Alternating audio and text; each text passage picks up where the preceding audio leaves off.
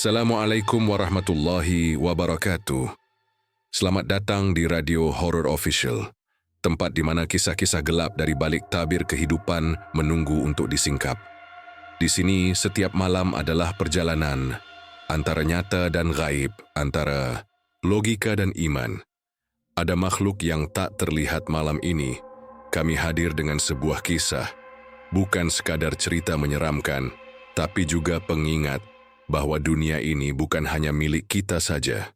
Ada makhluk yang tak terlihat, ada janji Allah tentang hal-hal yang gaib, dan ketika manusia mulai lalai, terkadang mereka datang untuk mengingatkan, pastikan pintu terkunci, dan nyalakan lampu kecilmu. Pastikan pintu terkunci, dan dengarkan baik-baik, karena malam ini mereka mungkin sedang mendengarkan juga. Bismillahirrahmanirrahim. Sebelum menceritakan pengalamanku ini, aku mau minta maaf kalau ada kesamaan tempat atau nama tokoh. Baiklah, sebenarnya aku tidak pandai bercerita, tapi aku rasa ini saat yang tepat untuk menceritakan ulang pengalamanku berdinas di sebuah puskesmas yang terletak di sebuah kampung terpencil. Oh iya, perkenalkan dulu, aku Maya. Aku tuh seorang bidan.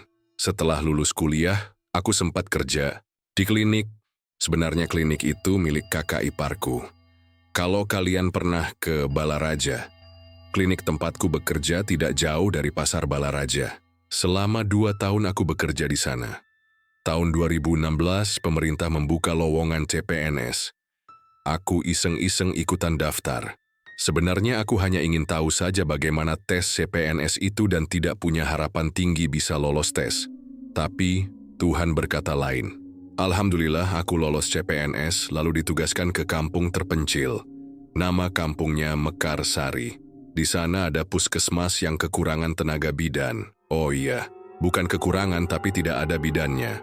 Jadi bidan yang pernah tugas di sana minta dimutasi ke daerah lain. Dan aku ditugaskan untuk mengisi kekosongan bidan di puskesmas itu. Aku tidak menyangka kalau kampung ini benar-benar terpencil. Mobil saja susah masuk karena jalannya rusak dan berlumpur kalau musim penghujan. Sesekali memang ada truk yang melintas, tapi para penumpang kerap terpaksa turun ramai-ramai mendorongnya karena ban terjebak di kubangan lumpur. Aku sendiri naik ojek untuk sampai ke kampung Mekarsari. Walau pada akhirnya tetap saja aku harus turun dari motor karena jalannya yang licin dan berbahaya. Dengan terpaksa aku menerobos kubangan lumpur. Sedangkan si bapak tukang ojek dengan susah payah mendorong motornya. Saat itu aku sempat cemas karena sudah jam 5 sore, tapi kami masih terjebak di jalan berlumpur ini. Ini masih jauh ya Pak? Tanyaku sambil menyeimbangkan badan agar tidak tergelincir. Tangan kananku menjinjing sepatu, sedangkan tas besarku diletakkan di depan jok motor. Udah dekat kok, Ning. Habis hutan pinus ini kita sampai di Mekarsari, jawabnya sambil menoleh ke arahku. Sejauh mata memandang, di sepanjang jalanan ini memang hutan pinus. Sesampainya di kampung Mekarsari, aku langsung mencari kos-kosan. Aku kesulitan mencari orang untuk bertanya. Kampung ini sepi sekali padahal masih sore. Untungnya aku bertemu dengan seorang wanita tua yang sedang duduk sendirian di depan rumahnya. Permisi Ibu. Perkenalkan saya Maya. Saya bidan baru yang ditugaskan di kampung ini. Kalau mau sewa kosan di mana ya? Tanyaku. Oh Mbak ini bidan. Baru, dia menghampiriku sambil tersenyum ramah. Iya Bu, aku menyalaminya. Kenalkan saya Minah. Kalau Mbak cari kosan di kampung ini ya nggak ada. Tapi Mbak bisa sewa kamar di rumah warga, katanya. Nggak apa-apa saya sewa kamar aja. Kira-kira siapa ya yang berkenan kamarnya saya sewa? Duh, kalau di rumah saya kamarnya terisi semua. Gimana kalau ke rumahnya Dinda? Bidan yang dulu juga tinggal di rumah Dinda, katanya. Dinda? Tanyaku sambil mengerutkan dahi. Iya, dia itu cuma tinggal berdua sama neneknya. Siapa tahu Dinda mau sewakan kamar di rumahnya buat Mbak Maya, ujarnya. Boleh Bu. Boleh, minta tolong antar saya ke rumah Dinda kalau gitu. Dia pun mengantarku ke rumah Dinda. Aku tidak menyangka kalau Dinda ini ternyata masih muda, umurnya baru 19 tahun. Dia anak yatim piatu dan sudah putus sekolah. Selama bertahun-tahun Dinda mengurus neneknya yang sudah sangat renta. Rumah Dinda cukup besar. Katanya rumah itu peninggalan orang tuanya. Ada 4 kamar dan hanya 2 yang diisi. Aku menyewa kamar bekas bidan yang pernah bertugas di kampung. Ini sih itu nenekku. Namanya Mbok Ibah. Dia udah nggak bisa ngomong. Dinda membuka kamar neneknya. Dia memperkenalkan neneknya padaku. Kulihat wanita tua itu sedang duduk di tepi tempat tidurnya. Seluruh rambutnya putih semua. Dia mengenakan kain batik yang warnanya sudah pudar dan baju kebaya usang. Perlahan wanita itu mendongak ke arahku dan dia tersenyum. Mbok, saya Maya yang mau sewa kamar di rumah ini. Sapaku dari pintu kamar. Tentu saja dia tidak bisa menjawab. Tapi aku yakin dia juga menyapaku dalam hatinya. Dinda menutup kembali pintu kamar neneknya. Engsel pintu itu mungkin sudah berkarat sehingga menimbulkan bunyi yang cukup nyaring saat ditutup. Dinda lalu membawaku ke kamar yang mau aku sewa. Walau temboknya usang dan retak, tapi kamar itu tampak bersih. Ada ranjang besi jadul dan kasur kapuk di sana. Ada juga lemari pakaian yang dilengkapi dengan cermin besar. Ini kamarnya, Mbak. Semoga betah tinggal di sini, ucap Dinda. Tadi aku tidak melihatnya tersenyum sedikit pun. Mungkin Dinda orang yang pendiam. Iya, Dinda. Terima kasih banyak udah mau terima aku di rumah kamu. Oh iya, aku punya sesuatu buat kamu. Segera ku buka tas besar yang ku bawa. Ini buat kamu. Kamu suka coklat kan? Tanyaku. Dia mengangguk lalu mengambil coklat itu. Terima kasih, Mbak, katanya. Kalau ada apa-apa jangan sungkan panggil saya aja ya, Mbak, tambah Dinda. Iya, Dinda, timpalku. Malam itu selesai mandi aku langsung tidur karena sangat lelah. Pintu kamarku kunci rapat, lampunya kumatikan. Hari yang sangat melelahkan. Aku harus istirahat karena besok sudah mulai bertugas di puskesmas. Kubangun jam 5 pagi. Ternyata Dinda sudah tidak ada di rumah. Dinda pernah cerita kalau dia belakangan ini bekerja sebagai pemetik jagung. Perkebunan jagung memang menjadi salah satu sumber mata pencaharian warga kampung Mekarsari. Selesai. Salat subuh aku langsung mandi. Namun, sebelum beranjak ke kamar mandi, tak sengaja kulihat pintu kamar Mbok Ibah terbuka sedikit. Aku mendekati pintu itu untuk mencari tahu, apakah Mbok Ibah sudah bangun atau belum. Mbok sudah bangun.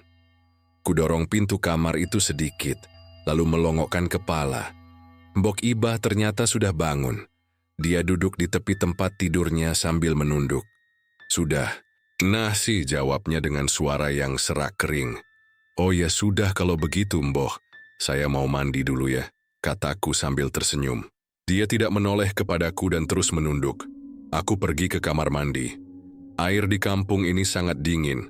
Mungkin karena lokasi kampung ini dekat dengan pegunungan. Saking dinginnya, tubuhku seketika menggigil. Saat sedang mandi, tiba-tiba ada seseorang memanggilku. Aku kenal itu suara Mbok Ibah. Nah ini handuknya, kata Mbok Ibah dengan suaranya yang masih terdengar serak dan kering. Oh iya, Mbok. Wah, jangan repot-repot. Aku udah bawa handuk kok, Mbok. Timpalku dari dalam kamar mandi. Ku dengar dia. Malah terkekeh lalu berkata, pakai handuk Mbok saja. Gayung yang kupegang seketika jatuh. Aku baru ingat kalau Mbok Ibah ini kan sudah tidak bisa berbicara. Aku seketika terdiam. Suaraku tercekat di tenggorokan. Suasana menjadi sangat mencekam. Di luar Mbok Ibah masih memanggilku sambil menawarkan handuk. Ini pakai punya Mbok saja. Dari atas tembok kamar mandi, kulihat sebuah tangan yang menjulur, panjang. Tangan itu menggenggam handuk warna biru. Jelas saja aku kaget hingga berteriak ketakutan sambil minta tolong. Aku jongkok sambil memeluk kaki. Aku tidak berani menatap ke atas. Untungnya sesaat kemudian, ada yang menggedor pintu kamar mandiku. Kenapa, Mbak? Itu suara Dinda. Segera aku kenakan handuk lalu membuka pintu. Dinda, tadi Mbok kamu bisa ngomong terus tangannya panjang banget. Nada bicaraku terburu-buru. Masa sih, Mbak? Tanya Dinda sambil mengerutkan dahi. Iya, Dinda. Mbak takut banget aku memegang tangan Dinda. Mbok masih ada di kamar kok. Kalau nggak percaya coba cek aja. Dinda mengajakku untuk melihat kamar Mbok Ibah. Takut, Din, aku menggelengkan kepala. Ayo, Mbah. Dinda memaksa sambil menarik lenganku. Pelan-pelan ku dekati pintu kamarnya Mbok Ibah. Dinda mendorong pintu itu. Di dalam sana kulihat Mbok Ibah masih duduk di tepi tempat tidurnya. Dia menoleh ke arah kami lalu tersenyum sambil mengangguk ramah. Tuh kan, Mbok masih di kamarnya, kata Dinda. Sumpah Dinda, Mbak dengar jelas banget kalau Mbok kamu ngomong terus tangannya panjang banget. Kayaknya Mbak masih ngelindur deh, kata Dinda. Aku menggelengkan kepala. Ya sudah lupakan, kataku. Aku rasa percuma bersikeras dengan orang yang tidak percaya padaku. Emang kamu habis dari mana? Tanyaku sambil menjauh dari kamar Mbok Ibah. Aku mengalihkan pembicaraan sambil menjauh dari kamar Mbok Ibah. Aku tadi di belakang rumah, Mbak. Habis bersih-bersih. Hari ini Mbak kerja ya? Tanya Dinda. Iya, Din. Mbak mau ganti pakaian. Dulu ya? Mbak bidan kan? Sebelum masuk ke kamar, Dinda malah bertanya lagi. Iya, Dinda. Di kampung ini kalau ada yang melahirkan nggak suka pakai bidan, Mbak. Loh, kenapa? Masih pakai dukun ya? Aku mengerutkan dahi. Iya, tapi di kampung ini bukan dukun namanya, tapi paraji. Aku mengangguk-angguk. Ini merupakan tantangan baru bagiku. Aku harus memberikan penyuluhan pada masyarakat agar mereka paham tentang keselamatan saat bersalin. Pagi itu aku dijemput oleh Pak Sukra. Dia pegawai puskesmas. Pak Sukra pasti tahu dari warga kalau aku menyewa kamar di rumahnya Dinda. Aku pun diantar ke puskesmas yang jaraknya lumayan jauh dari rumah Dinda. Mungkin sekitar 15 menit perjalanan. Jalan menuju puskesmas juga rusak parah. Aku dibonceng pakai motor bebeknya Pak Sukra. Kenapa jalanan di kampung ini rusak semua ya, Pak? Ya beginilah, Mbah. Jarang ada pembangunan. Sekalinya dibangun aspalnya tipis banget. Ya palingan bertahan 1 atau 2 tahun udah rusak lagi. Oh, begitu ya, Pak? Iya, Mbah. Paling parah kalau musim hujan banyak orang yang jatuh dari motor karena jalannya licin, Mbah. Akhirnya kami tiba di puskesmas. Dilihat dari depan, puskesmas itu tampak seram, temboknya berlumut, catnya juga sudah pudar. Ada pohon beringin besar di depan gedung puskesmas itu.